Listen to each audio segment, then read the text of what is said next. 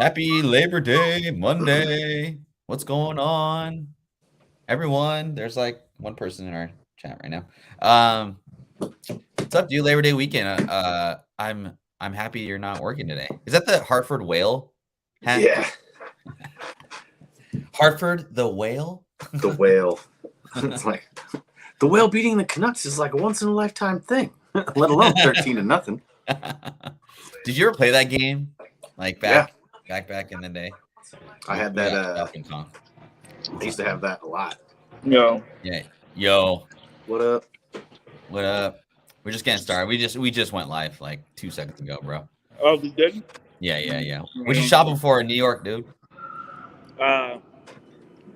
There's a store that does like custom hats, and like it's kind of like a low key movement. So I'm wearing one right now. So when you're in the street and somebody sees you with one, they go like, they give you like the head nod. So they're doing like the Labor Day sale. All hats are $20, marked down from 60. So it's going crazy. But you know that variant, I needed that black variant, the black half New York, half Mets. That one's it's impossible to get. Really? I have to settle for the. Hold on. For the double New Jersey logo, you know, New Jersey Devils. Nets and Devils. That's kind of tight. I like that one. That one's cool. I'm gonna mute my mic though, because there's a lot going on here. All right, it's all good, man. Yeah, so we were Hartford the Whale. Jason got his Hartford Whale hat on. I got my old high school hat on. But yeah, man, just getting started Labor Day weekend. Hope you guys. There's probably a lot of people shopping today, but I wanted to kind of keep things consistent, so we're going with the show today. I am not laboring. I'm not shopping today. I'm taking it a little easy. Figure we get like a show popped off here. I want to say Fedora, myself, hopefully Pickles will have another show. Kind of concentrating on what Fedora's been bringing to the channel and all that stuff. So I'm looking forward to that and all that, dude, or all that stuff. But I was gonna say, I kind of forgot. Oh, I am not wearing a Texas Rangers jersey. I'm wearing a Mariners jersey here. I thought it was Rangers jersey. Just to kind of let the chat know. You don't got anybody in the chat right now. I think everyone's still asleep or they are shopping like Fedora is. Oh, Jason, dude, you went to the mall yesterday? Like, what did you go see a movie or something? No, I went because I needed a couple of things. I was trying to stop by the GNC there to see if they had something, but it's the closest one. But I was not expecting it to be a zoo like it was. Yeah, was it people? I guess I kind of forgot too. Yeah, me too, dude. It was kind of like because it's not hot outside. It's like hella cloudy here in Seattle. So yeah, like you go ahead. Oh, I was gonna look for a couple of there was I wanted to look for a new hat or something like that, but it was just so packed. I was like, I went and did a couple of things and was like, all right, I got to get out of here. It's just too much. Yeah, dude. I thought you went and saw a movie, or you were like, I watched Indiana Jones yesterday. Finally. Oh, that's what it was. How was that? Dial of Destiny. I liked it. Good. Really? Yeah. It's like I always enjoy most of those. They're just nostalgic for me and stuff like that. Plus, this one brought back a lot of characters from the past because they were focusing more on kind of tying up Harrison Ford's journey as the character since he's like pretty much done. Like 80 something now, I think. Dude, he's so old. He looks good though for his age. Oh yeah. Like there's like a part where he has his shirt off when he wakes up in the morning. He's like walking to find it, and I'm like, damn, dude, he's like fucking Harrison Ford's kind of cut up still. he's got that like that. He's got that old man strength. He's 81. 81, man. Dude, my dad's like 87, and I mean he still looks pretty good for his Wait, age. your dad is 87? Yeah. That's crazy. He's going back home to the Philippines in like 3 weeks or something, I think. For probably forever. Your dad doesn't like smoke cigarettes and drink like whiskey? Not anymore. He still he still parties. He still parties, but dude, my grandfather smoked till he was like 75 and like lived till like he was 86. They should do a case study on how you can smoke till you're freaking 80 on dudes like that. But yeah, man, my dad's still, he's actually going back to the Philippines because he doesn't want to miss his fiesta down the PI. That's why he's going back early to party and watch cockfights. But you know, where you at, dude? I'm in the Bronx. Oh damn. I'm in my my native. It doesn't look like it because gentrification is hitting this area like a ton of bricks. But yeah. I was telling Jason, I was like asking you what a bodega was, and you were like laughing at my ass because like we don't got bodegas over here, and I'm like, what's a bodega? This is it, right? Wait, hold on. I don't know how to flip the camera. How do you flip? I don't think you can flip the camera on this, but this is like one of the more like hip ones. But there's like this one is like more like a little bit gentrify-ish. Like it's owned by like Hispanic people, but they're kind of like catering to like the people that are coming in. So it gets disqualified. Disqualified. So, what's up, Phil? Yeah, because I mean I don't mean to be that guy, but trying to get people now. Whoa, what up, Comic Man Andy? Damn, Comic Man Andy, what's going on, brother? Yo, I know Comic Man Andy. He's kind of hot shit. Yeah, dude, he's the man. He's my The Last of Us inspiration, and what else? He's a big Star Wars fan too. So thanks for coming through, man. Yo, you know what's so crazy?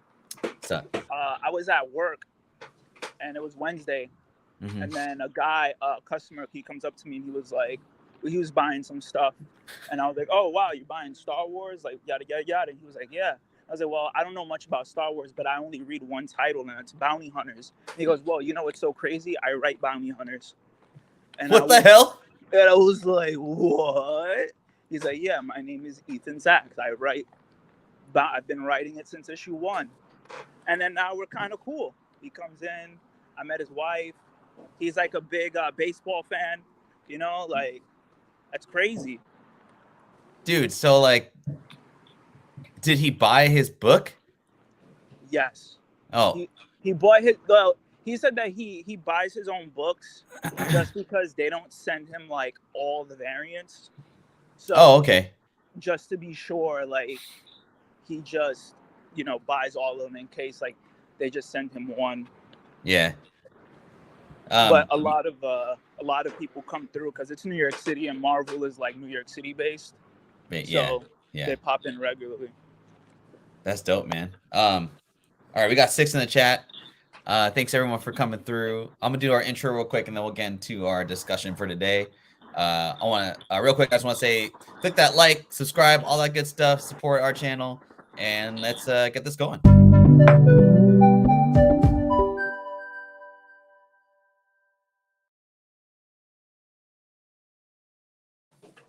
Hope my connection stays like legit, but yeah, let's get to the channel today. So yeah, today kind of something I mean I keep going back to like like don't buy this, blah blah blah, but I think this shows more of like don't be like us, or are we on the right track? I was thinking the other day, just like talking about some for a topic to talk about, and 2021, 2022 was like an amazing time for the hobby. You could go into a store, you could get your favorite FOC list, right, Jason? And you could pick up a book, you could flip it the next week for 20 times the price because this character was getting to Marvel. All speculation was just like hot. And it was, I don't know if it was like, you could say it was like what was it called? Like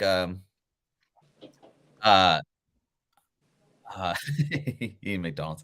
What was it called? Like anyway, pyramid scheme. It felt like a pyramid scheme. I mean, now I think about it as like total pyramid scheme. I probably was guilty of it. I can't really remember, but you kind of just right. Yeah. But you just it's really tough to do that now. What was really tough though was to buy comics at 2021, 2022, hoping you'd buy that $1,000 comic book and it would go to 3,000, which in some cases it was. Obviously, the market's corrected just a little bit. The market's corrected quite a bit. I wasn't gonna do a market report type deal, but my personal kind of holdings that I've just held on to for whether that be an MCU show up or the possibility of it just going up in a few years because I'm basically in way too heavy. Jason put some slides in there too. Fedora's going to tell us how stupid we are. And but Jason, man, what was your when I asked you to put some books in there, what was your thought process going into the list? I was just trying to think more outside of the box with the characters. Some are just characters that I enjoyed that they've like brought in or whatnot. Some are just characters that I feel are on that cusp of going from good characters to great characters. Mm-hmm. So yeah. I mean, and I'll be honest, like a lot of these books that I'm holding on to, like I'm in way too deep, and but I would say that I'm not cutting my losses because I did enjoy a majority of these books, and I'm okay with paying the prices they are because my thought process is like, I wouldn't say these are necessarily PC, but they're closest to PC as I can get, and I paid a lot of money for them anyway. Hold on one second. I'm gonna finish up one more slide. Oh, yeah. We're good. Yeah. And started my speculation. You guys will probably all know all these books. I probably talked about them on past shows, but I hope you guys enjoy this. I hope you guys all kind of get something out of our list. That's kind of like, I think our goal is just to kind of educate people and tell them it's okay. It's okay to like make mistakes, all that stuff. But we will do a giveaway. We got 6 live in the chat, so I do appreciate everyone coming through today on a Monday on your Monday, Labor Day, vacay, all that stuff. So let's get into the list, man. 1 second. Oh shoot, that's a little too much. Hold on. Wait, what am I doing? What? I'm just laughing. What's up, Digger Jim 720? Let's see here. Okay. There you go. Present. All right. No pictures. No pictures. Again, we will do a giveaway at the end of the show. It's a speculative book that I bought a bunch of as well, and I'll throw in a couple of fun ones in there as well. But these picks are me and Jason's, and Fedora's just again gonna tell us how dumb we are of getting these books.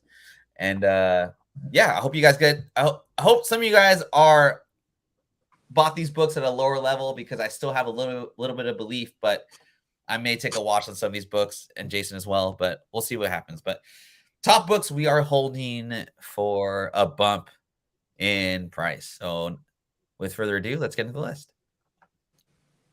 God damn it. Hold on a second. Before y'all start the first slide, yeah. I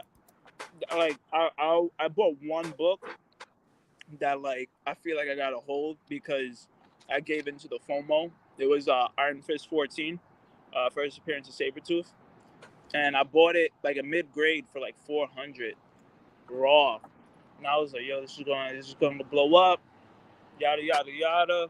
Yeah. And yeah, that was my one. I'm usually like very, very, very, very, very cautious with anything I buy. Yeah. But that was like the one time I slipped up. I mean, that's a solid. I still feel like that's a solid pick regardless, man.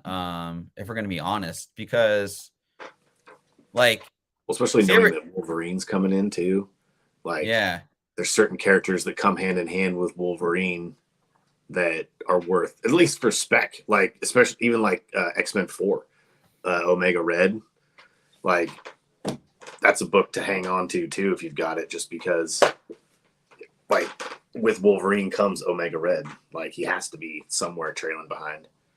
Yeah, man. I mean, he's like a classic character that like I feel like when I was growing up watching X-Men, like I always dug it when Sabretooth was in a cartoon personally, but oh yeah, you know, so it's. I mean, I think you're all right. Is Sabretooth on that cover of Iron Fist? I always forget. yeah. He is? It's that Okay. blue cover with him fighting with him. Yeah, and I actually sold my Dr. Aphra. I bought it for like $850 in 9.4. I pressed it, got 9.8, and I sold that for like $1,300. And that's actually did comic Andy. I don't know if you saw, but I was just curious about those kind of 1 in 25 books from back in the pandemic era. They've dipped under 1,000 in 9.8. So I mean, if you still believe in that Dr. Aphra, or if you just like the character, it might not be a bad buy, you know. Unfortunately, I did not put her in our list because I did sell it off and kind of save some money for myself. But either way.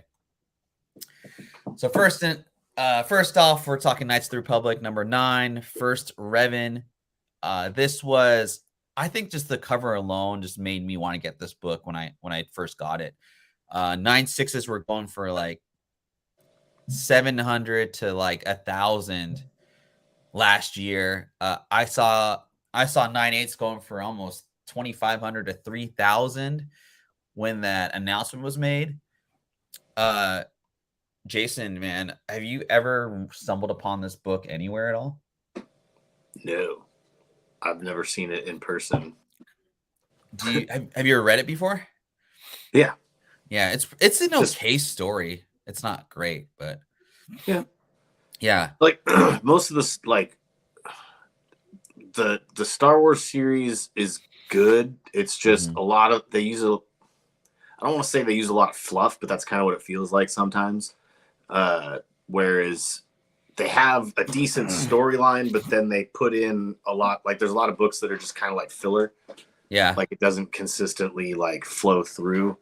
And it might just be because, I mean, they've got so many different books out there. It's just like sometimes when you've got like 10 different Star Wars books that you're releasing throughout the freaking month, it's like, how do you make every story really good? Yeah, so a lot of writers, man. They put out a lot of content. You know, they're like, oh god, there's like a new character coming out every week. So it's like, how do you manage, like, how do you tell good stories when like you have so many characters that come in and out like a revolving door? You know, even like I've seen characters that people really like. I'm not a Star Wars fan, so I can't name them off of my head. But and then they show up, people go crazy, and then we never see them again. So I like Darth Revan. He's kind of, that's Darth Revan, right? Yeah, you got it. Okay, yeah. So I think that's good. I mean, I think he'll show up one day.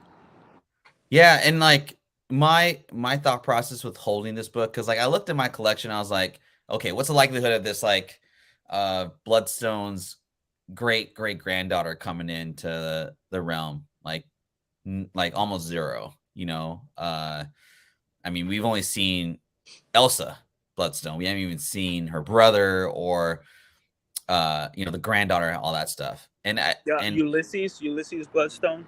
We saw Ulysses kind of, right, as a statue because he died, you know, all that stuff. But like Ulysses' granddaughter, you know, so like that Death of Doctor Strange, Bloodstone, first appearance, like the likelihood of that book going up anytime like in the next 5 years is very low. Have you guys ever played the game? This game? The Knights of the Old Republic, back in the day, they had like a PC game or something like that, right? I got a like cars. Okay, no worries. You're good, man. It's all good. I appreciate you, dog. So yeah, that, I mean, and the reason I mentioned that is because like I've kind of changed my overall like collecting prowess to video games now. And that's kind of the reason I'm holding this book, is because if the likelihood of this coming to either a series or a movie, Darth Revan, for example, it's not like, even if it doesn't happen, I feel like if the video game industry or collecting hobby like starts to light up, completists are going to want this book because it's the first appearance of the main villain of that game. So was this a Super Nintendo game? I think it was PC, Xbox. It was like 2004 or 3. Okay, so this was a newer one. I just remember there was like Super Nintendo one that was super popular too. I can't remember. Maybe I thought it was Knights of the Old Republic. Maybe it was a different game. You might be right, man, but I never played the game. I want to get the revamp when it comes out. I'm waiting out for that one, but that was kind of my prowess or thought process with holding on this book, and the cover's just so sick.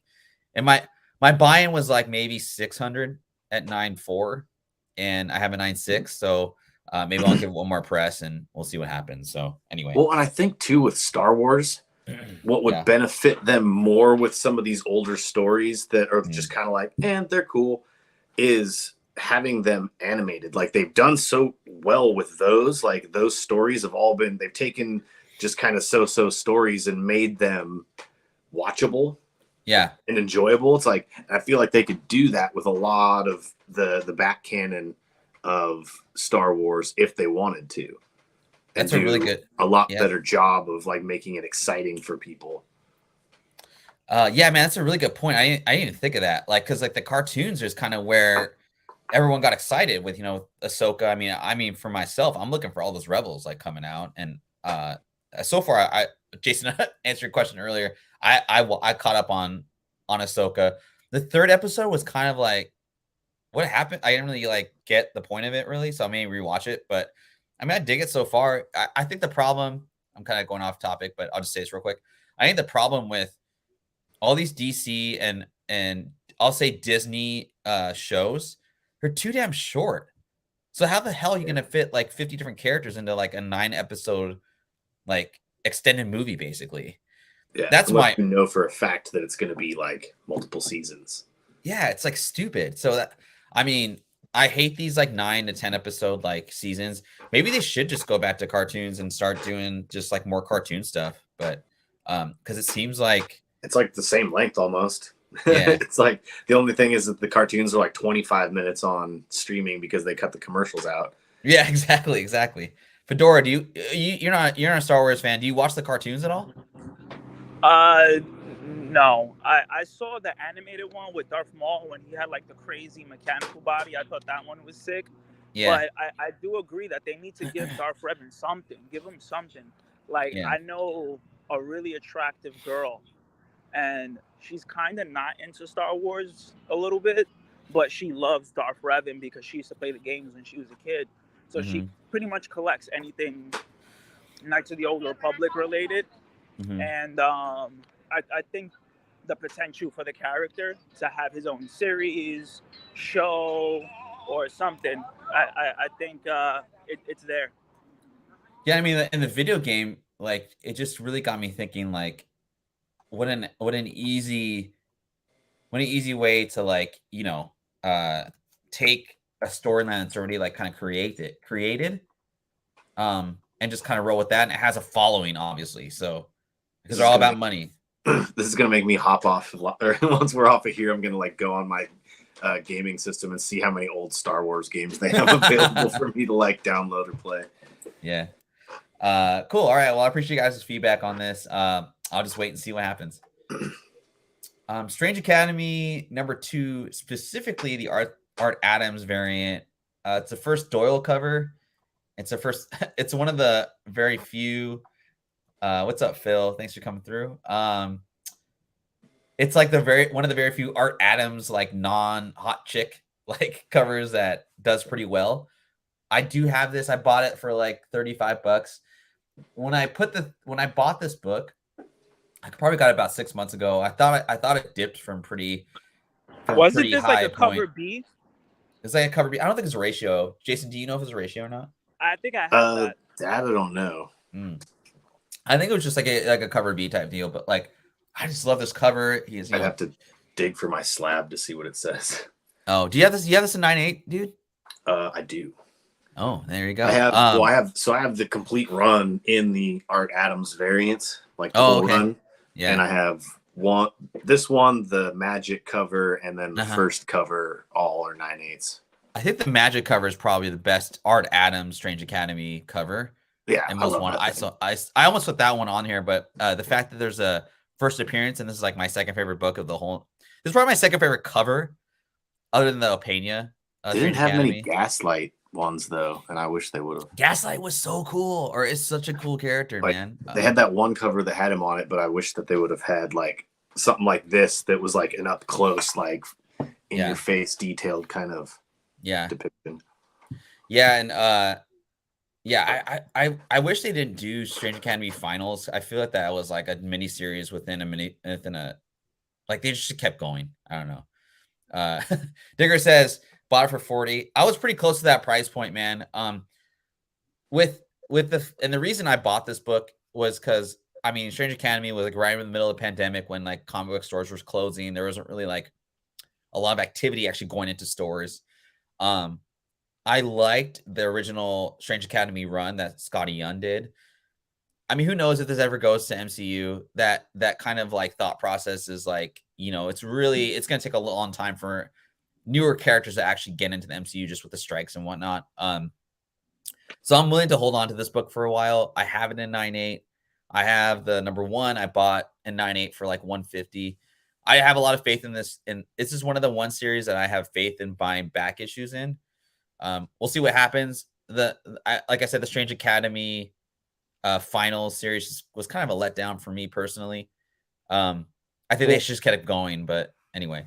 I think this would make a fun, like this has a feel and has the potential to catch on like Miles Morales Spider-Verse movies. Like if you did an animated with this, I think would do very well. Yeah. Versus doing a like a live action. Yeah. Because the kids are young enough, like it's got enough like goofiness to it, but like a strong feel of impending doom, if you will, like something going on type feel to it. But I think it would do well in that respect. Yeah, dude. Well, there's also like a lack of Harry Potter content, and I think that if you could combine the two, I think you have something good. Yeah, dude. And Fedora, like, do you guys? I mean, like, you working in the shop, like, do you see a lot of people like wanting Strange Academy back issues, or just like a following of it at all? Okay, I got you. I mean, I hope so, Digger. Like, I really hope animation is on the way for this book. I don't. Which book are you referring to on the pandemic variant? I forgot. With that is we have like compendiums, like not compendiums, but like hardcover trade paperbacks, and yeah, I try and sell it to people and parents and stuff, but it's too expensive for kids to like be able to like read. And we don't really have many Strange Academy back issues, for kids and for young readers. mm-hmm. And that's mainly because all of the speculators are like buying it up. So, because they're only doing like hardcover formats and things like that for Strange Academy, and I try and sell it to people, but I mean it's like selling a $30 book to a mom is like a hard sell. Sure. It's like why do that when there's like so many other options that are like significantly cheaper. Yeah. Do you know what'd be a cool idea for like a large market bookstore like that is to maybe take 1 or 2 copies, like if you're ordering like a lot of them, make them reader copies that people can check out, like renting videos almost, read and return type of deal, so that like you do have an affordable way to read them if you can't, because like that'd be a good way to get kids more involved in it. Like you said, if like they can't afford to like just buy the trade paperback of it, but like you can go check it out. Yeah, agreed. There's you run the risks all the time, but it's like if it's just a beat up copy, nobody's gonna steal it to frickin' try and keep or anything, I wouldn't guess. Right. It's not worth anything to those damn looters. So yeah, or those damn flippers. I want to say looters. I don't know what I'm talking about. No, good stuff, man. I like the discussion on the series and this book in particular. But I'm holding on to this book. I'm a little over on it, but like I can wait it out. It's all good. Taskmaster 3, the 1 in 50. I would akin this to modern art on a cover of a comic book. This book is just so beautiful. It's Taskmaster 3, which wasn't very highly ordered. It's super hard and high grade. They got my man Taguchi. Yeah, Taguchi. Yeah. First appearance of Korean Sentry. That's what I like to call him.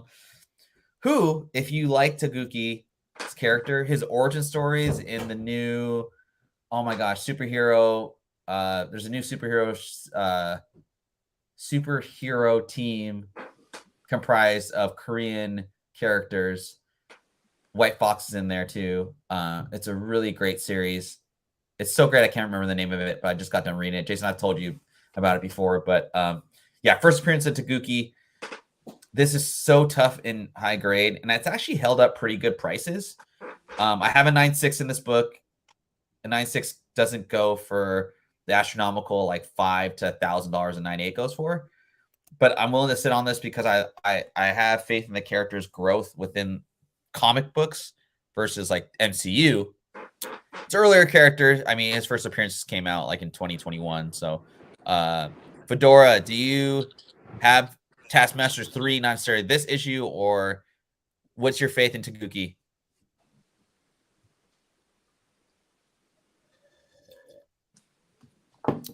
Seems like we have lost Mr. Fedora. Jason, what are your thoughts on this? Fedora, just chime in whenever you can, man. Thoughts on the cover? Wait, did I go out? Yeah, you did. Oh, your connection's a little bad, man. You're like 56K modem right now. Okay, it's all good, Doc. It's all good. He's like 56K. I bet Fedora doesn't even know what a 56K modem is. That's how young he is. Yo, Jason. Nah, I'm on that Metro PCS. That's why, bro. No, it's all good, man. Jason, though, what do you think about this book, man? No, yeah, like this book is crazy, and that cover is just it's weird because it has flat. It's modern, but it has like a feel of being an older book. Like the styling in like her face and hair and stuff like that reminds me of like old like 70s Conan books kind of. And like, yeah, it's just crazy. I love how they have Taskmaster's like color going all the way through her arm and everything too. It's just a lot of details that people might have left off that they chose to include on the cover of this, that you're just like, wow, that's just, it's cool to look at. Yeah, and the fact there's a first appearance in the last page of a character is really cool. So you kind of get lucky. Like if you guys are in the FOC list, which is fine, like this is the type of thing you should buy on discount. Like it's, it reminds, I bet the artist had inspiration for that classic Wolverine Incredible Hulk cover where Wolverine, what is that Jason? 340, yeah. And as opposed to doing a homage, he garnered inspiration, which I think is even cooler. I don't know if that's a true fact, but and it also looks like, I mean, like I could see like girls like buying a dress like this, like not so much cosplay, but like if you're a chick and like you're, oh man, like this is a pretty badass like outfit. Alexander McQueen, this is for you stylist nerds out there.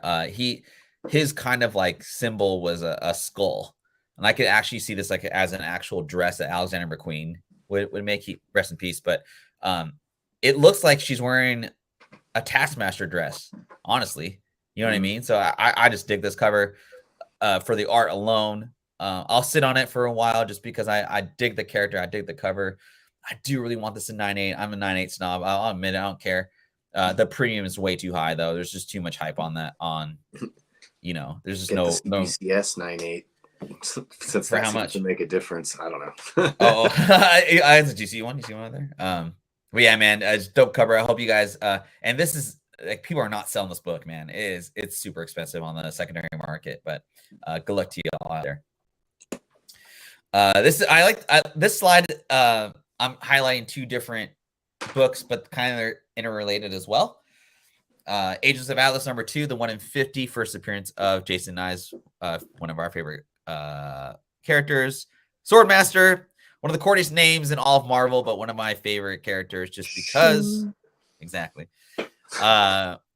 Sick, dope cover with Swordmaster on the cover there with his green blade. If you haven't read Swordmaster, what the hell are you doing with your life? Just kidding. I've probably read that Swordmaster series like 4 or 5 times. And to prove I'm not lying, I literally have the trade paperbacks like at my disposal. Anyway, Jason, do you have this book? Would you buy it on the dip? Tell me your thoughts. No, I don't have it. Well, I mean, I have like a bunch of different variants, but I don't have either of these two. And then I missed out on the limb variant at a good price at one point, but I just didn't do it for some reason. And no, it's okay, man. It's okay. Fedora, what's your thoughts on my boy Swordmaster, man? I can't hear him. I think Swordmaster is pretty good, man. I like the character. I'm still trying to get some info for you on you know who when I see him. Cool. But so far, like, I just thought it was counterproductive to have Swordmaster be his own character and then make him into the next Iron Fist. I thought that was like a complete waste of like a new character. So we'll see. Maybe they'll bring him back to Swordmaster because they got to bring back Danny Rand at some point. Like, I doubt that they're gonna completely like gut him. You know, yeah, like, and it wouldn't make sense. Yeah, like the weird thing was like I liked I actually didn't mind it. I get where you're coming from, where it's like, you know, kind of a waste. But I liked the story because it had just kind of those like fantasy kind of like angles with it.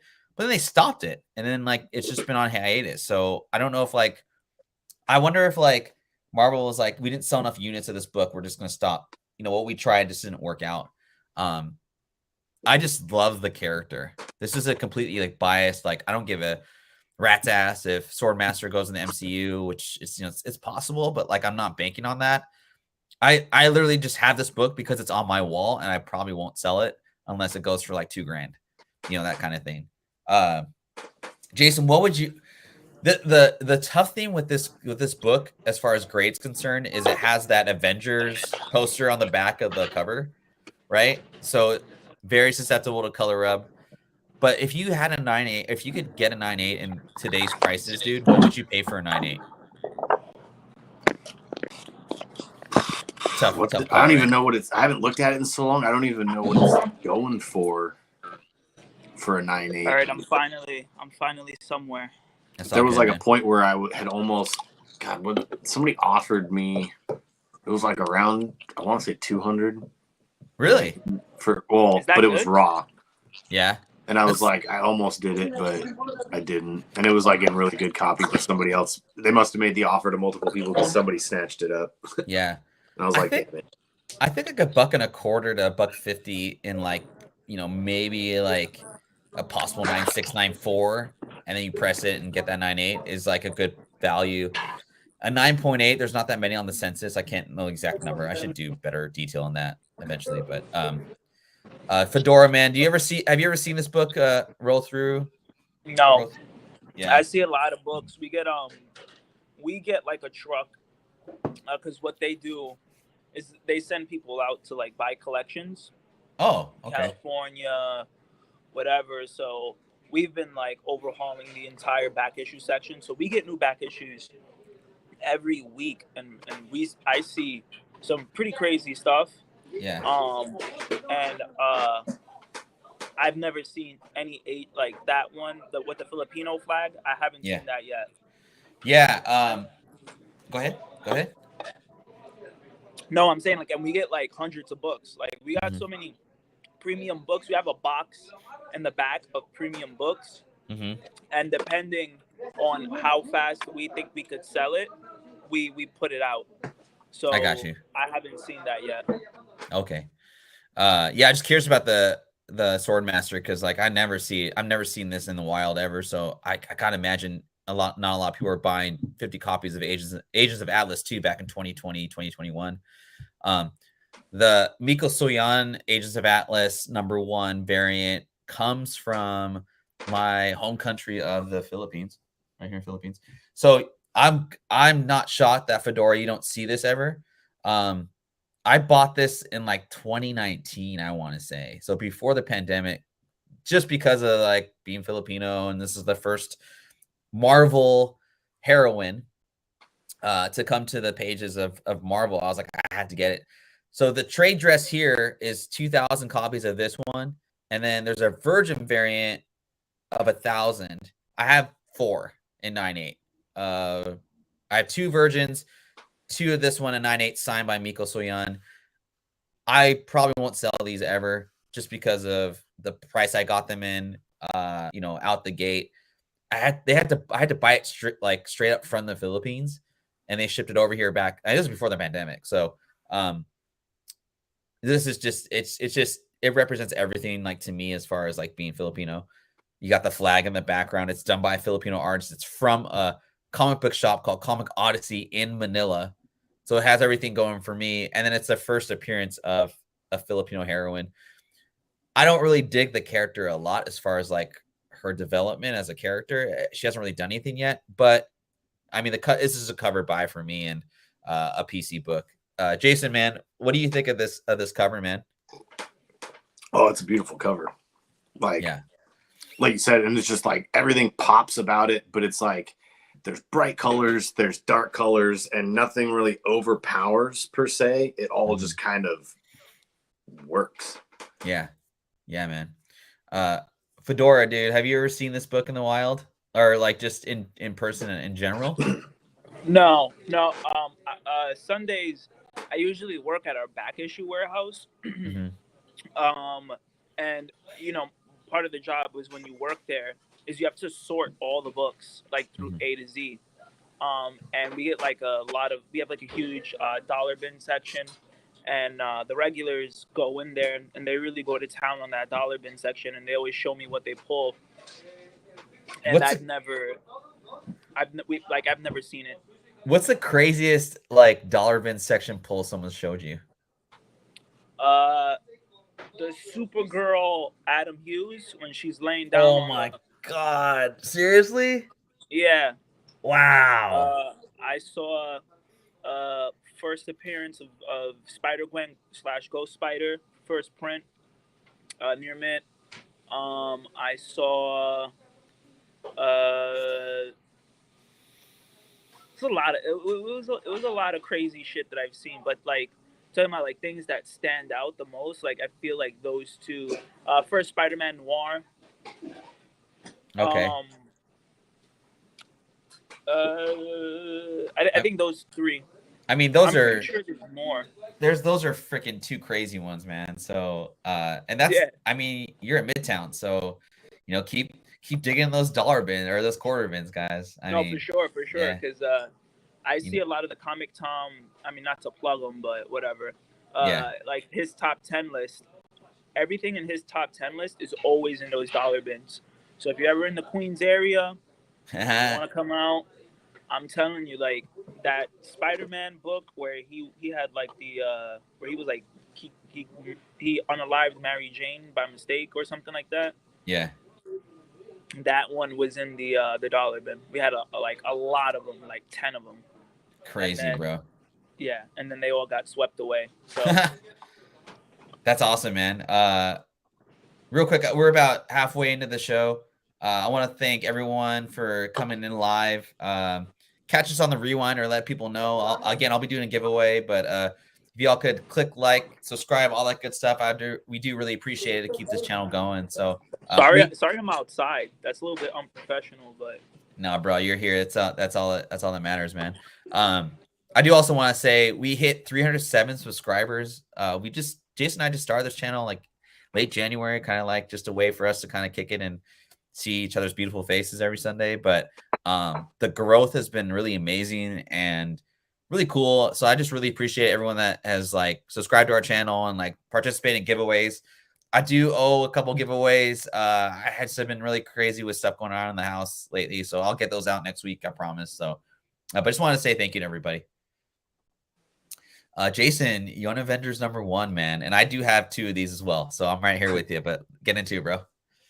Yeah, it just when you kind of tossed out there, I just wanted to kind of compile a list more of stuff that I hadn't really talked about, but just keeping in with what's kind of on the horizon, possibly. And like with this, it's just one of those books where you just know it's like they've pretty much introduced every character. There's like 2 people that they haven't, 3 from this book maybe that haven't been introduced, but the rest are all already out there in the MCU. It's a book that if that like it almost seems like they're setting it up with kind of the old Avengers fading out and becoming maybe the West Coast Avengers or some kind of incantations of them, but like it just seems like these guys are kind of right on the precipice of breaking through. And I just feel like this is a book that like I've had for a while. Like I don't have it in a 9.8, unfortunately. I got a pretty clean copy of it, but it came back in 9.6. It is what it is, but I just think that this is one that I'll be holding on to for a bit just to see kind of what happens, what evolves with it. It's a relatively cool cover too for a first book, first appearance. I mean, yeah. And dude, like I remember when this book came out, I was at a comic book store in Linwood, Washington, near the mall. And I was like, oh my God, that's so dumb. Young Avengers, like, why are you even doing that? And I was like, oh, it's the kids of like, so-and-so. And then I read it like, during the pandemic. And it was, like Phil's saying, man, it's actually a pretty cool read. And I did not myself, but like, that's what this book was in dollar bins. Mm-hmm. So if you're on that, that lookout, like, congrats to you. That's awesome. I myself got in pretty low. I want to say I bought 2 copies for like 150. They both thankfully came back 9.8. I don't know if I'd say buy the dip on this book. I'm really hoping that, we get, just for the health of the MCU and just the hope that everyone has with the MCU. I hope they slowly get into this team. I don't want an automatic, I think that's what really messed up the MCU was like, everyone was waiting for millions of characters to come into the MCU. And then there's all these projects. So you could put your money like all these different places or your concentration of a character. And it was almost overwhelming. And then when they, like when Blade, it was like, kind of like on the hiatus, Black Knight was on the hiatus, all these, and then they, all these books were like, shoot, well, is it going to come to fruition or not? Which is, then I think that's really, and then like, I mean, the past couple of shows just really sucked, I'm stoked for Loki too. I didn't mind. I actually liked WandaVision. That was like my favorite series actually out of all of them. And, all that, but like lately just the shows have just been kind of like lackluster. And I feel like they're just putting out like A-list celebrities to make it better. And they just need to go back to like, just develop your, like, like a farm system. Like, I feel like, and this is a kind of a shout out to Fedora, but I feel like the Marvel universe has turned into the Yankees, where they just buy up like big time old free agents, and then they all get hurt or like whatever, and now you're stuck with paying all these old guys, and for the next 10 years, and just the quality is like shit. What about old Bobby Bonilla? He's still getting paid every year on the year for like a couple years at least. I know, like dude, that's so, oh man, the Bobby Bonilla day. July 1st, baby. Yeah. July 1st, that one is? I think it's July 1st or 2nd. Dude, like that reminds me of Keith Van Horn's contract that just kept getting traded away, and now he's got paid out. But Fedora, you guys are speaking Greek to me. I don't know nothing. I know we got that box of I showed you, right? The baseball cards. Yeah. Don't even touch that, man. That's gonna collect dust. Fedora, man. So? Yeah, it's a factory set. You got to get like an auto of Otani or like a short print. So the Otani in there, like, I was thinking of buying it because I saw Otani on it, and I was like, I know Otani. You want his rookie card from that set, like from 2018, but that one's probably not going to do anything for you. But Fedora, man, have you actually read the Young Avengers series? Like, no spec, no nothing. I'm just not interested in like Young Avengers. I don't know. It just seemed like it just didn't seem organic to me. I just think it's like something that they just put out to put out. Mm-hmm. Whereas like DC, the Teen Titans kind of seemed more organic because they like built these characters for a really long time. And the Young Avengers just kind of felt like, oh, like this is just something we're gonna try. Yeah. However, there was a lady who was a customer one day, and she actually worked for Marvel Studios, And I asked her now because she worked on Eternals, Werewolf by Night. She was looking for like Elsa Bloodstone stuff because I guess like she worked on Werewolf by Night and she really liked it. Like she really developed like a liking for the character. So I asked her like, yo, like, you know, since you work in this, like, what do you think? Like, is there big like what like if you had to be 100%, like if you had to bet, like, what do you think MCU is going to introduce that you're confident? And she said Young Avengers. So I'm not gonna argue with her. She worked on the movies. She did Eternals, whatever. Um, so that was we had like a good conversation. But she had seemed to be pretty confident that Young Avengers was like on the cusp, like it's there. Fedora's like, oh yeah, man, I had lunch with Kevin Feige the other day, and he was like, yeah, we're gonna. Nah, but you gotta understand, it's like I work at like the Mecca Premiere in New York City. Yeah. So like, which is why like your customer service got to be on point because you never know who you're talking to. Right. Like I'm there from open till close 4 days a week. You know, like these people, they come in like I don't even. There's probably people that I don't even know like that I've spoken to. You know what I'm saying? Yeah. That's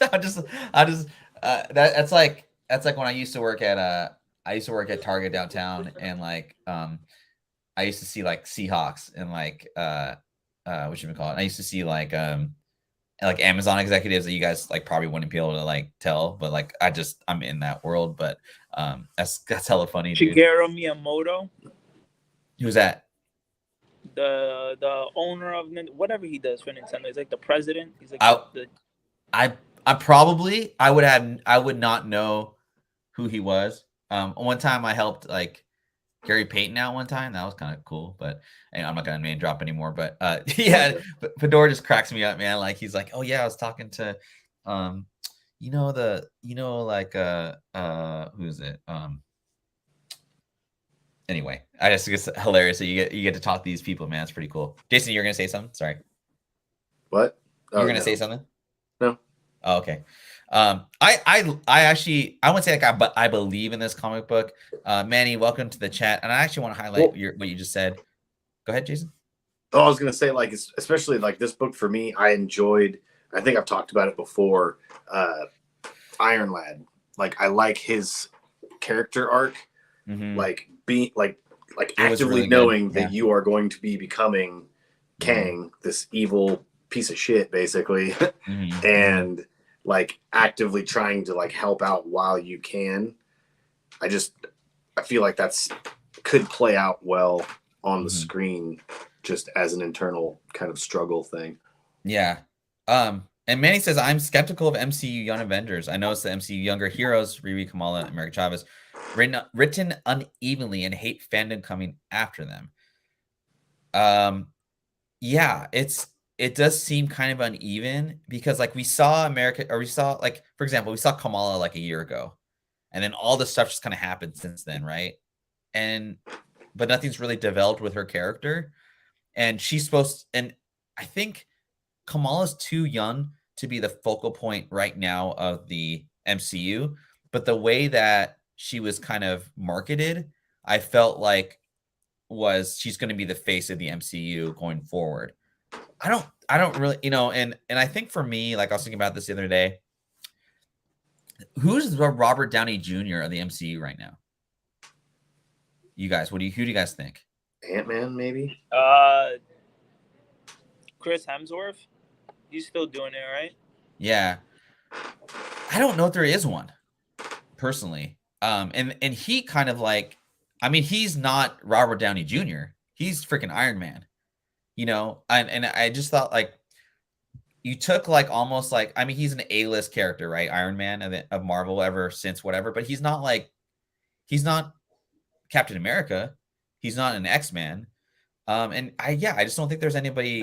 He's not S tier, right? Yeah. Like I would say like he's like A, like Iron Man was like A or B. Like he's always been like kind of, but now he's kind of like A tier.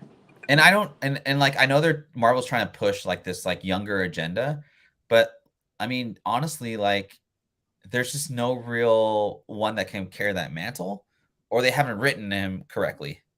I can't really think of a character that you could mold into the Robert Downey Jr. of the second phase of, or not second phase, but the second kind of generation of Marvel.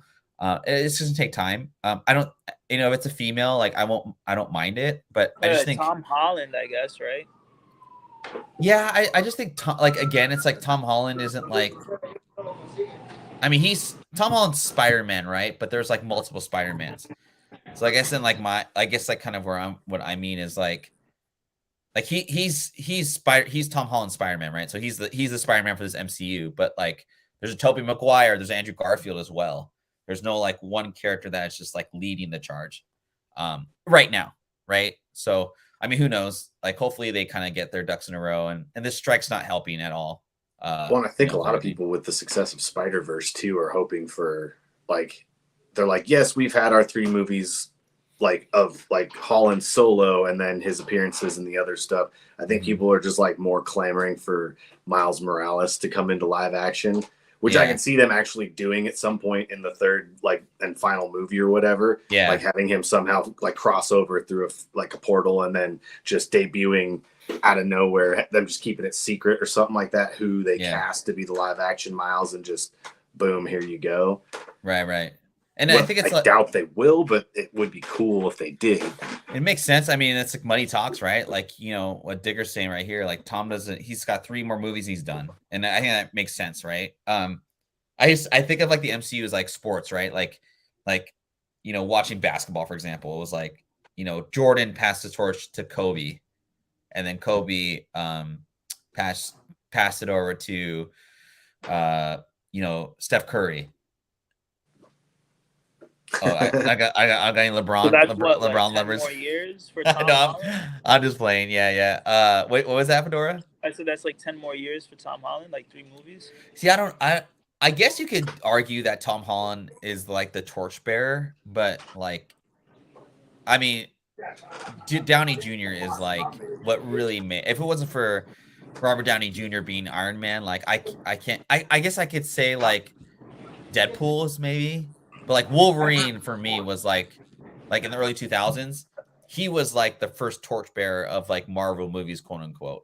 So you need another Wolverine, I guess. Right. So, yeah. Right now it's like it's a combo. It's like almost like I would say you get Tom Holland Spider-Man is kind of the sillier, goofier, more playful side of Downey Jr.'s Iron Man, but you get Doctor Strange kind of pops into my mind as being the more serious, like grounded, trying to like figure it out side of it. So I think like those two combined are probably more of like the torchbearers at this point. Yeah. And I mean, there's a lot of pressure on Marvel. I mean, listen to us fanboys talk about needing another Robert Downey Jr. So it's just hard. It's hard to keep it going. But maybe they'll bring RDJ back. Remember, they're all talking about friggin' him being AI.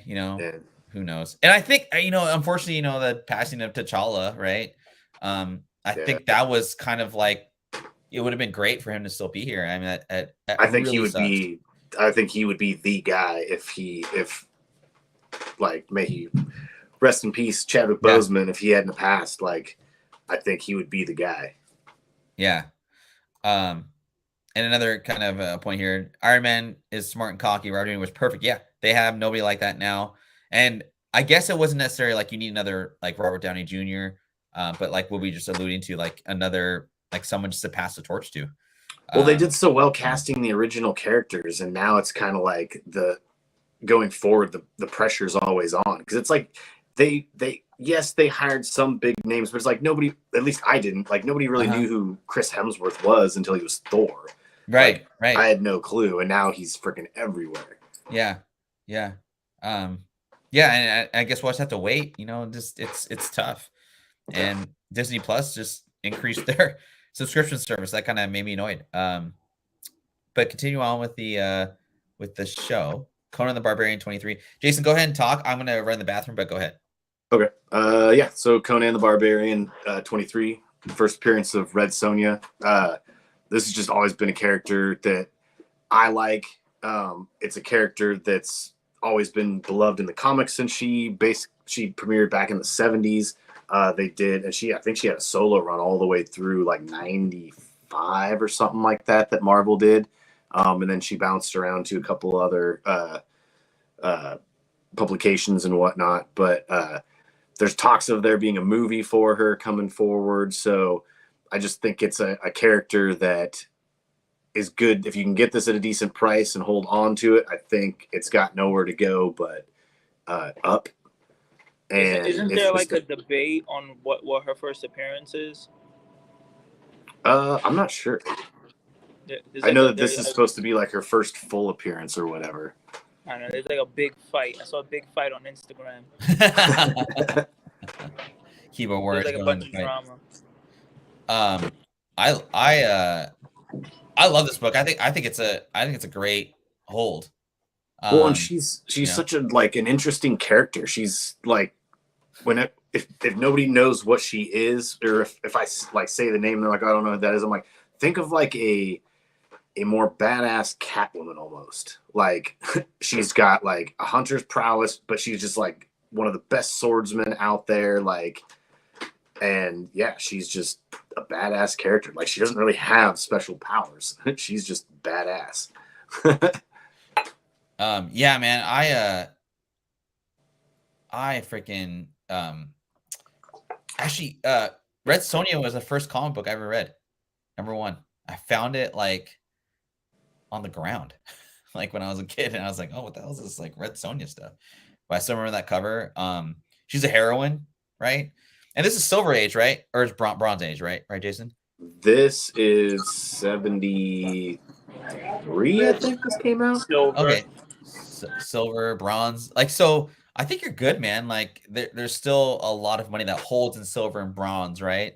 Yeah, I think it's you can find this at a decent price too. Yeah, definitely. And what if they attach like some really like great actress to play the role? Yeah. Which I think I think they should. You know, I watched the old school Conan the Barbarian movie the other day. It was just on TV, and I was like, crawl. Oh, it's on Netflix. My bad. It's on Netflix. Yeah. I lucked out and I got this book for free. So. Oh, son of a gun. This is one of the books that was in the box that my uncle gave me, along with my Frank Miller Wolverine #1 newsstand and a couple other ones. But he basically had like the entire run of Conan. He just didn't have he'd had a couple of books stolen from it and sold. Bummer. At a certain point, which included like #1 and all that. So yeah, I mean, luckily they didn't know that 23 was valuable too. yeah, because who knows number 23? You know, whatever. No, that's a great pick, man. I think this is solid. I like it. And Usagi Yojimbo #1, 1987. Take it away. Yeah, this has been like always one of my like favorite characters. Even like because I mean. I didn't grow up on him here. Like I was a kid watching Ninja Turtles, had the weird backstory of when they called him Usagi Yojimbo on accident, because that's not actually his name. That's just the name of the book. Mm-hmm. But he was like from space or some shit. Didn't he come through like a portal in the sky or something like that? Because I remember I had a character. Yeah. I had the action figure as Space Usagi. Are you serious? And, yeah. And but that's how I found out about him. And then, I mean, this is his first appearance is like well over 10 grand for the Albedo too. Yeah. So this is an economical pickup as a backup. Sure, dude. Yeah. He's gonna be in the new Ninja Turtles game as a playable character. So see, there you go, man. Think about. They've got a Netflix or animated show too that's a spin-off of this. It's like, but he's in it, but just in flashbacks. And then it's like a descendant of him. Oh, okay. Do you have this book, dude? Me? Yeah, I do. Oh, I mean, I got a pretty decent copy for like $115, which was like that was the reason why I bought it, because they like high grades. I think now I was looking, it's like 140 or 150 was about the kind of low end, which is still a decent price because they go like about 200 raw for high grade. Yeah. It's just hard to find them. Like a lot of them are like, I mean, if you want it clean, a lot of them are signed, but like with no COA or no COA. Yeah, like in their raw copies and stuff like that. So, Gotcha. if that's your thing. If that's your thing, yeah. Yeah, I'm just looking at prices here, and it's like it's not bad. I dig it. That's awesome. And there is one. I mean, they say this is his first solo series. I think there was in like a year before this, there was like a like a Christmas special or some shit like that. It was like a Usagi Yojimbo and Friends something or other holiday special book. That people go back and forth as to whether that's his first solo versus this. Really? Yeah. It's only one book though, so I'm just like, well, this is why people always fighting over dumb shit like that. I know. It's because they got one book and this is a run. They got a pile of it, and like okay, the ASM 299 versus 300 debate, right? So you can argue all day long about him being in 299 more so than 300. You always have the argument, but with all that said, what cover's better? 300 times 20. It's a way better cover, right? Yeah. And so I think that's always like when it comes down to it, it's if you're really a fan of the book or the character, get both and move on. Because there's people at this point that are gonna either they're sitting on a bunch of 299s or they're sitting on a bunch of 300s, but everybody wants 300 because it's a milestone comic book. It's Todd McFarlane's best cover, arguably, right? And yeah, Fedora, it's stupid. It's like a dumb argument. It's like politics, it's just one side's gonna favor one or the other. And if you're a fan of the book, just get both. No, man, I love this. I like that cover, dude. I don't know. It's just a little hard to get in high grade just because it's so bright that like any kind of spine tick breaks color and color rub. Yeah. I mean, the Albedo #2 is pretty like a cool cover, but this is like a nice cover too. I like it, man. And for a 1987 comic book that a 9.0 that goes for $100, like if you like the character, that's not a, like Jason was saying, that's a good buy. So good stuff, man. Yeah, this is always, I fucking love that character. So yeah, I do too. Infamous, Pandemic, Kamala Khan. So much drama over this book, but go ahead, man. No, I picked this one just because the Marvels is coming up, and contrary to what, like, there's a lot of thought about her, but I actually really enjoyed the Kamala Khan. I think, like, and I highlight it here, like, one of the things that I loved about it is her just enthusiasm and like love for playing the character. Like, you can tell she's just so into Kamala Khan, and so I feel like this book is one of those ones that if the Marvels turns out to be successful, and the character kind of picks back up, this will be one of the books that kind of kicks up again. And it's still like pretty expensive raw and high grade right now anyways. What do 9/8 go for in this book? Did you see? I don't remember.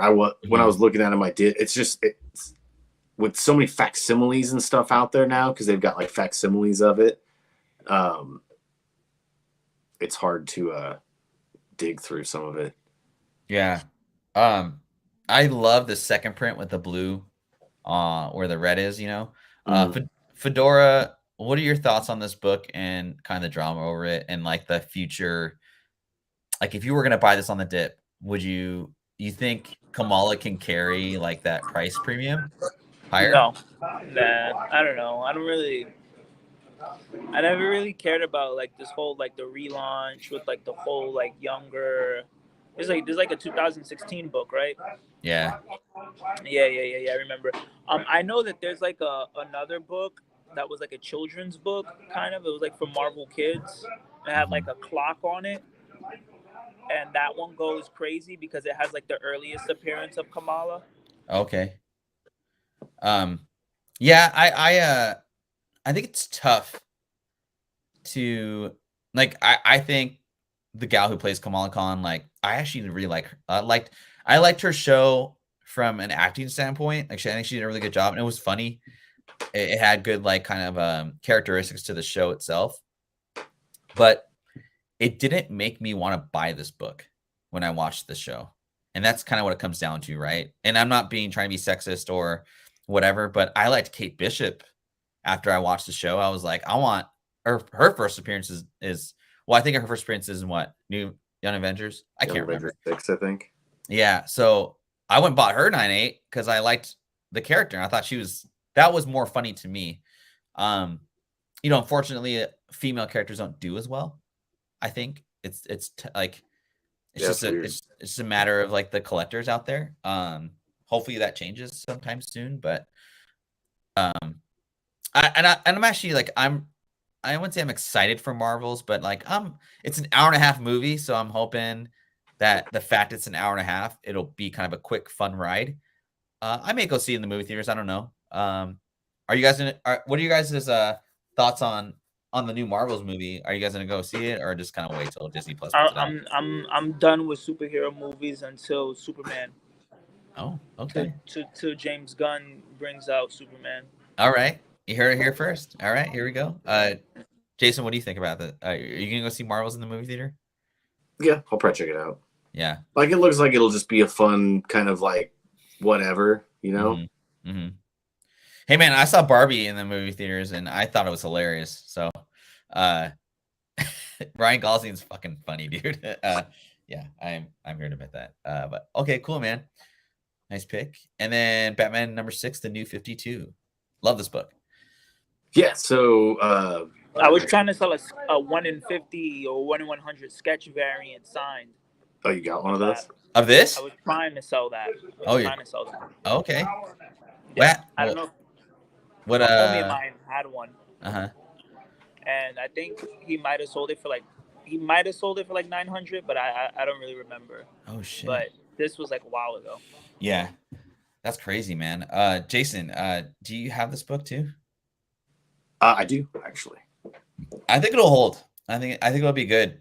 Because of the writing too.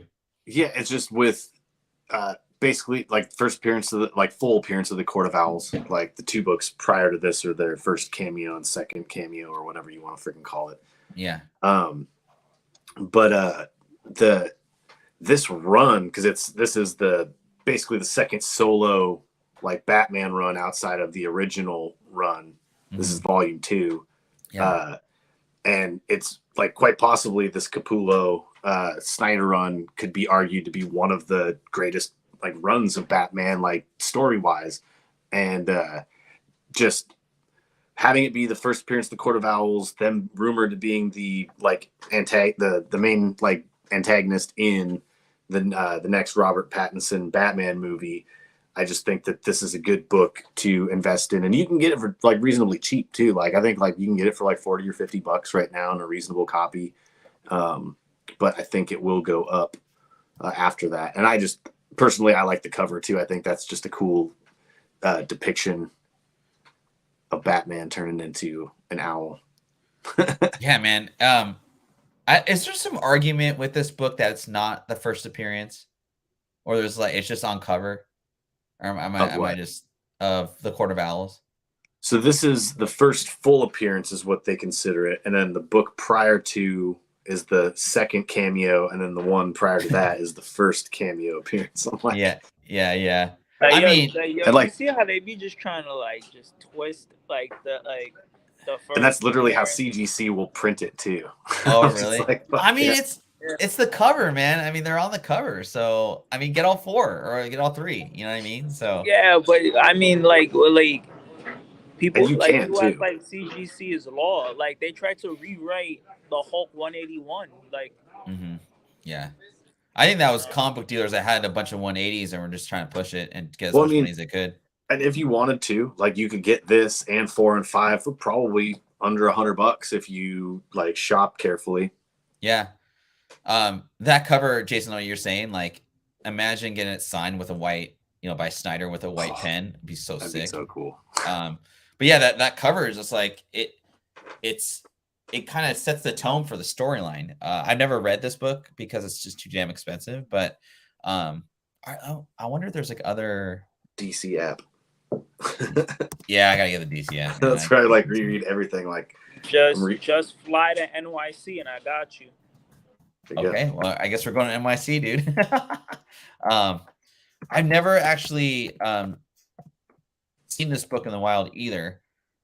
Let's see how much it goes for. I think I've seen it on the wall. Sure. We had like a wall book. Yeah. But that was like once. So it's like weird. If I remember correctly, you can get like a 9.6 for like $150, but then like a 9.8 jumps to like 500 or some shit. It's like, yeah, it's funny. But yeah, the 9.6, 9.8 disparity is like either a bargain hunter's dream or just something that's just you can't do anything about. I don't know. There's this one. This is a cool cover, but I mean that number is sick. Or the one you're highlighting here, Jason. That's the cover to get. Oh, that's just the main cover. Yeah, that's the one to get, and that's awesome. So I love it, dude. Let's see here. All right, going back to this. Nice pick though. With I think this just like hits the combo of like great storyline, great cover, and current film production. Yeah, well, and like, man. So and the Court of Owls, it's just an interesting team for me as well. And maybe it's just because it's fresh in my mind because I just got done fighting them bitches in Gotham Knights and all that. So they're in video games too. I mean, this is like a great combo, dude. I love it. It's awesome. It brings more eyes to that character. You know what I mean? So yeah. Well, and plus, like if you're going that way into the Court of Owls, like that might put you into getting maybe like Red Hood and Nightwing and freaking Tim Drake and Batgirl, stuff like that. So yeah. I would say Jason Todd is still like my favorite Batman character ever. I love him. Lazarus, man. Yeah, I need to start on my hunt again for Jason Todd books. This next one's gonna hurt a little bit, but I hope y'all are not sharing the hurt with me. Adam, Legend of the Blue Marble #1. Everyone is waiting for this character to come to fruition. I don't think it's gonna happen. He came out in 2011. I don't think it's gonna happen, but I would love for him to come to fruition. I remember reading this book during the pandemic, and I couldn't put it down from my iPad. I bought the digital version. The trade paperback's too expensive, but super low print. This book does not get enough love as far as storyline is concerned. But if you ever had the opportunity to read this book, please go out and read it. It's great. Real quick, Fedora, have you ever seen this one in the wild in New York? No, I know what that book is, but no, I've never seen it. It's too low print. Mm-hmm. Like usually, like books like that, like people hold on to. Yeah. So yeah, nah. Unless they buy it from like a collection, like I wouldn't have seen it. But my phone is on 10%, so I gotta peace out. Okay, man. I really appreciate you, dog. But I will say that this book, like, no matter if you paid too high for it, I think that it's just such a scarce book, and a lot of people really believe in the character that I feel like despite how high you went, it'll still hold a good amount of value because a lot of people know this book and a lot of people hold it to like a high standard, and I don't think that's ever going to change. And also we're doing the anime show this week, and Pickles is going to be there, Ferd is going to be there, and we're going to be looking at Sailor Moon, like the Viz books that were like extremely low print, crazy. I was doing like a lot of research on it. Crazy low print those books are, and we're going to be taking a look at some of them and also some sealed games. So yes, everyone tunes in. So hopefully tomorrow, you said, maybe tomorrow, maybe Friday. Yeah, I'll get your schedule, dog. We'll make it work. So I'll see you guys. I appreciate you, man. Have a good day, man. Yeah, I paid like $900 for this book in 9.6. Try to crack it open and do the whole press thing, and it stayed in 9.6. I don't know if I'm going to try one more time, but I love this story. If you guys are ever just like, if you got an extra, I don't know, $15 to buy digital, do it. It's 1 through 5 is a great read. Jason, I know you've read this book. What are your thoughts? F the Marvel MCU stuff. What do you think about this character and the story of Adam? I think it's a good character, like, and it is more of for a newer character, it has more of an original story to him than some of the other ones, like we were talking about with they just kind of show up, or they're the kids of so and so, or blah blah blah, and it's just like no, this was like someone who existed. He basically just gets shunned out of existence, and then all of a sudden they need his help again, so like we got to get him back. Yeah. And it's just like, but like all these current superheroes like don't know who he is because they've just kept it like under wraps for so long. Yeah. I also love what I love about the story itself is the character origin story was really great, but I like how they started the book out and then they did his origin and they went back to the storyline and they kind of went like a movie. It was actually like a movie, really. And there was like a plot. There was a main character. There was a bunch of already established other characters, and there's a villain. And it's a 5-issue series, and the fact that it was only 5 issues and they did so much story, it's so good. I probably read this book 5 times. The month I got it, I probably read it every once. I just pick it up to read it the whole series every once in a while. Like Fedora was saying, it's pretty low print. I love it, man. But and Fedora, man, thank you for coming through as always from the East Coast. We appreciate you, dog. We will get some scheduling together and we'll get you on that. We'll get you going on the anime show. Yeah, Jason, you probably have an opportunity to get this in pretty high grade if you want to. I will sit on this because I enjoy the book, and like Fedora said, I enjoy the character as well. So anyway, last but not least, I think this is I would say this is the pandemic book in my opinion, because it didn't come out during the pandemic, but it definitely spawned an evolution of speculation in my opinion. Venom 3, the third print, the first appearance of the greatest villain the past 20 years, Null. This book itself got me back into speculation and reading comic books, and probably one of the main books of why we're doing the show at this point. Jason, tell me whatever you feel about this book. Good, bad, ugly, all that good stuff. What do you think? They did my boy dirty. Big time, dude. But I guess they're bringing him back now, so we'll see what that's about. I'll actually have to read one of those Venomverse books to see how they bring him back. Yeah. You have a couple of these, right? I got 2 left. I have I sold my main cover I have 3 copies of this. I have this one. I have the convention variant. Yeah. And then I had the original cover, but I sold the original cover. Yeah. Original cover is okay, but yeah, they're all signed. Double signed by Cates and Stegman. Yeah. This one I got a 9.6 though. I'm like, what the hell? I'm like, the 2 whites come back 9.8s, but this one I got a 9.6. It doesn't make any sense, man. That's crazy. But I'm not interested in selling it. The only thing that would have made it better is I think if they would have used, I don't remember what color pen they used. I want to say they used red. And it blends in. If they would have hit it with a gold pen, I think that might have popped. That would have been cool. I should have requested, but I didn't. Yeah. They've been gold. Be F this guy. I'm just gonna fucking whatever I want. it's like black. Yeah, he just in black, right in that friggin' super black area where at the bottom, right? Yeah, it's signed. yeah. 9.8. Shut up. Whatever.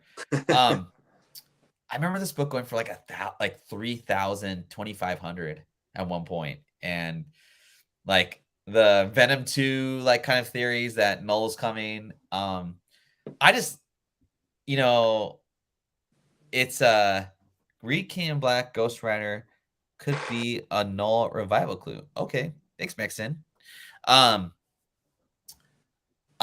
have 3 copies of this signed by Stegman and Donny Cates in 9.8. Like I said, the last 2 I just talked about, I mean, we were paid on some of them, but I like the characters, man. That's what the hobby's about. Like at the point that I paid for it for those books, I felt it was fair price, and I was holding on to them. I don't know if Null will ever come to the MCU. It would be a really long time.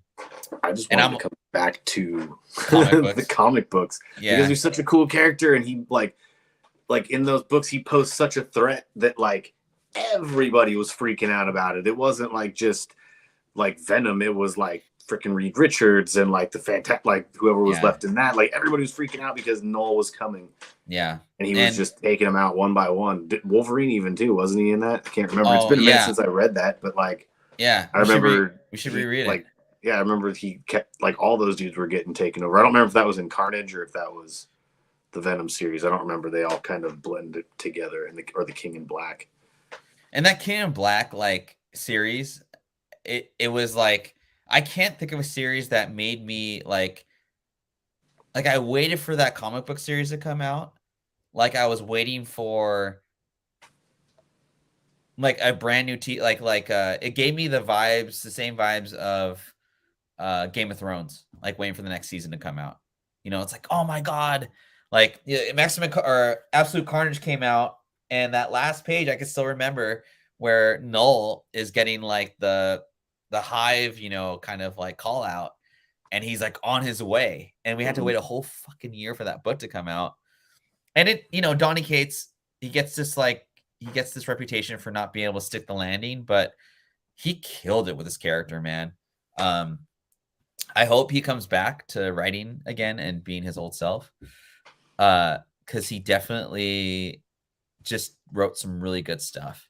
I want to do like a Donny Cates show and just like stuff I would buy right now on Donny Cates. We'll do that next week. I'll be very specific, but I don't really care about the value of this book. I mean, I do, but like, I don't know if I regret having it, but I have it, and you do too. I don't regret having it. It's a fucking beautiful cover. Yeah. Okay. Yeah. I mean, I didn't pay a whole lot for it. I think I paid $100 a piece per book. Yeah. Raw. And then whatever was invested, getting them signed and all that stuff. And yeah, man, I like I said, you know, like this is like one of those like when I bought these books, I was just like, I'm happy to be I was happy with the price, and I got 9/8 and they're signed, so it's all good. We're gonna do the giveaway for, oh my god, sorry, my shoulder. Thunderbolts #9. In honor of the Marvels coming out. It is the Monica Rambeau appearance, all that good stuff. So if you want to be part of the giveaway, just write in the chat real quick and just write giveaway, and I'll put you in all 8 of you. All 8 of you. Let's see. Well, maybe like 7. Probably. Let's see here. Wait, what the hell? Say $5 off Alabama Comic-Con admission. What? You're going to Alabama Comic-Con? No, it's just like, so there's like a metal fest that's down there every year called Furnace Fest. And Furnace Fest? Because I followed them, they are like they just sent 2 Instagram things, and one of them was like $5 off at Alabama Comic-Con with like showing your like wristband for Furnace Fest, and I was like, oh, what? Phil, Eileen. So why do they always assume that us metalheads are also comic book enthusiasts? Because we are. Well, not everybody. I can't speak for everybody. Hey, Matt, respect. I appreciate you coming through, and I appreciate that comment, man. Like I said, man, the more people we get in live shows, and when we get that 500, when we get to the 500 subscriber base, if we do, we'll do pretty big giveaway. But I got 3 in the giveaway. I'll give about 10 seconds for people to enter in. What I could do for that. What's that? So I wonder what I could do for that. Oh yeah, we need a lot more subscribers. Yeah, we're at 307, but I think we'll get to 500 hopefully. Maybe if we come up with a book and like show it, where it's like this is what we get. It'll be like, word of mouth. It'll just go up. Yeah. Like, that'd be hilarious. Shit. So all right, we'll do the 3 in the giveaway. So we got Phil, Digger Jim, and Mad Respect. So good luck to y'all. Thanks again for watching. Like, subscribe, all that good stuff, and let's run the giveaway.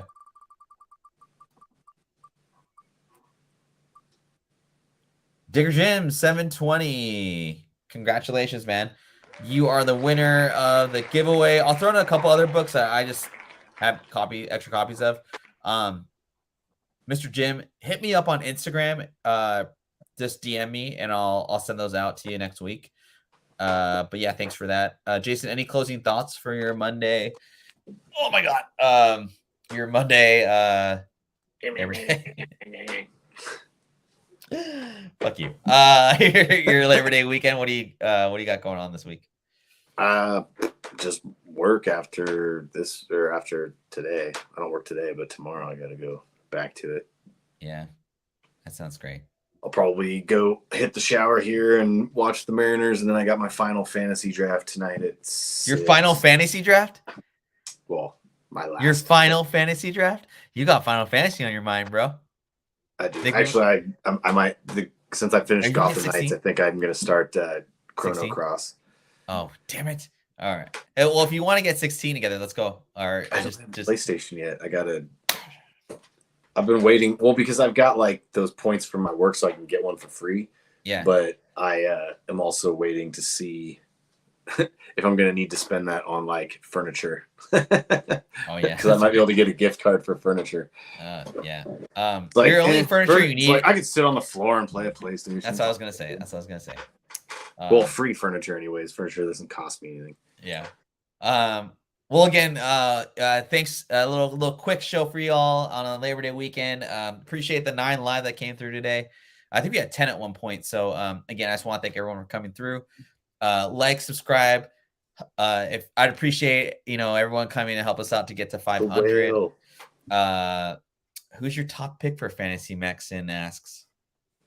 So I'm not actually. Well, so this is a dynasty league, so we have keepers and stuff like that.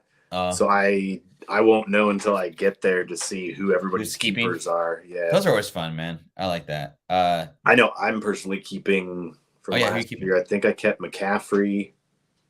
He'll die. He'll die. I know. Week 3. I think I kept McCaffrey. I kept Burrows. I kept. Oh my God! How many people did you keep? I kept AJ Brown. So we get 4 keepers plus a rookie. That's why it makes it hard because there's not a lot of people to draft from. So it's like you're having to sift through some shit. Yeah, that's cool, man. Well, good luck on your draft, dude. I can't even remember who I kept, honestly. I was just like, I think I got my keepers in. And our commissioner was like, "Yes, you did." And I was like, "Do you know what they are?" And he's just like, "I'm not gonna look them up for you." Like, okay, thanks. But yeah, great turnout today for Monday, Labor Day week. I know people that are working, we appreciate your work. And like, subscribe, tell everyone about the channel. I'll try and do better giveaways as we grow. Join me for OTR on Wednesday, and then Sunset to Boulevard OTR on Thursday, Sunset to South on Wednesday, and then Fedora, myself, possibly Jason will be doing a broadcast maybe Friday or tomorrow. And you all have a great weekend. Get some good deals out there, and we'll see you on Sunday.